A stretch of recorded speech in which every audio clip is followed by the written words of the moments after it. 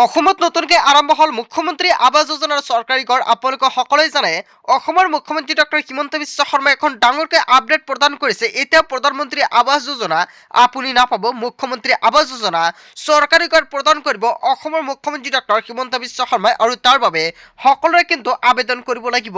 হয় বন্ধু বান্ধৱীসকল, আপুনি কেনেকুৱাকৈ মুখ্যমন্ত্ৰী আৱাস যোজনাৰ বাবে আবেদন কৰিব, লগতে যদি আপুনি মুখ্যমন্ত্ৰী আৱাস যোজনাটো আবেদন কৰিবলৈ যায় আপোনাৰ কেইবাটাও নিয়ম মানিব লাগিব।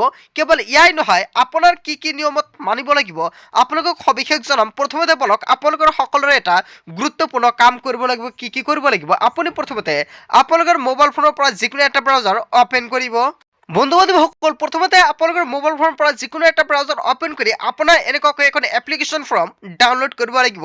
যদি আপোনাৰ চৰকাৰী ঘৰৰ টকাটো পাবলগীয়া ইচ্ছা আছে, কেৱল এয়াই নহয়, যদি আপুনি চৰকাৰী ঘৰৰ টকাটো লাভ কৰিবলৈ খোজে অথবা আপুনি মুখ্যমন্ত্ৰী আৱাস যোজনাটো আবেদন কৰিব বিচাৰে, তেনে ক্ষেত্ৰত সকলোৰে এইখন ফৰ্মটো ফিল কৰিব লাগিব।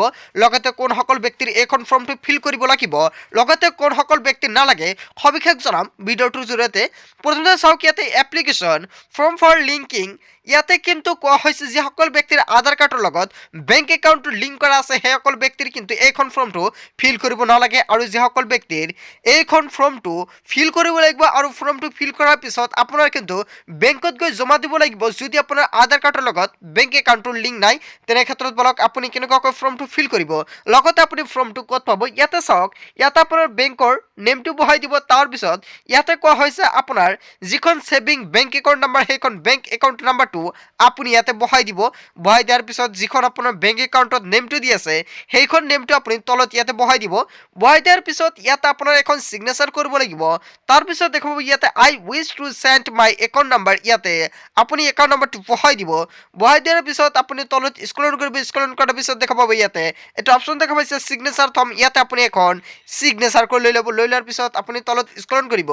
স্ক্ৰল কৰাৰ পিছত দেখা পাব ইয়াতে আকৌ ছিগনেচাৰ, ইয়াতে আপোনাৰ আকৌ ছিগনেচাৰ কৰিব লাগিব। চ' বন্ধু বান্ধৱীসকল, প্ৰথমতে বলক ইয়াতে আপোনালোকে যিখন নেমটো বহাই দিব। তাৰপিছত ইয়াতে আপোনাৰ মোবাইল নম্বৰটো বহাই দিব।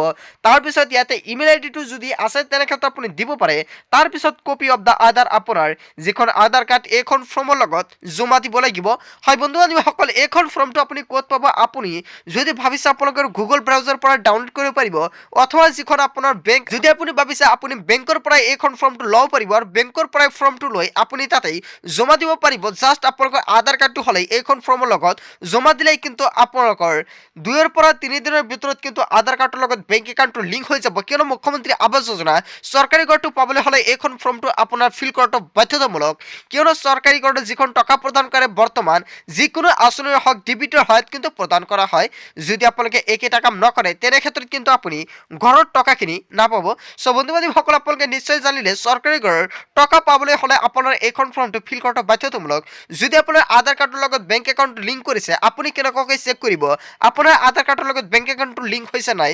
যদি আপোনাৰ ভিডিঅ' লাগে তেনে ক্ষেত্ৰত নিশ্চয় আপুনি কমেণ্টৰ জৰিয়তে জনাবলৈ নাপাহৰিব।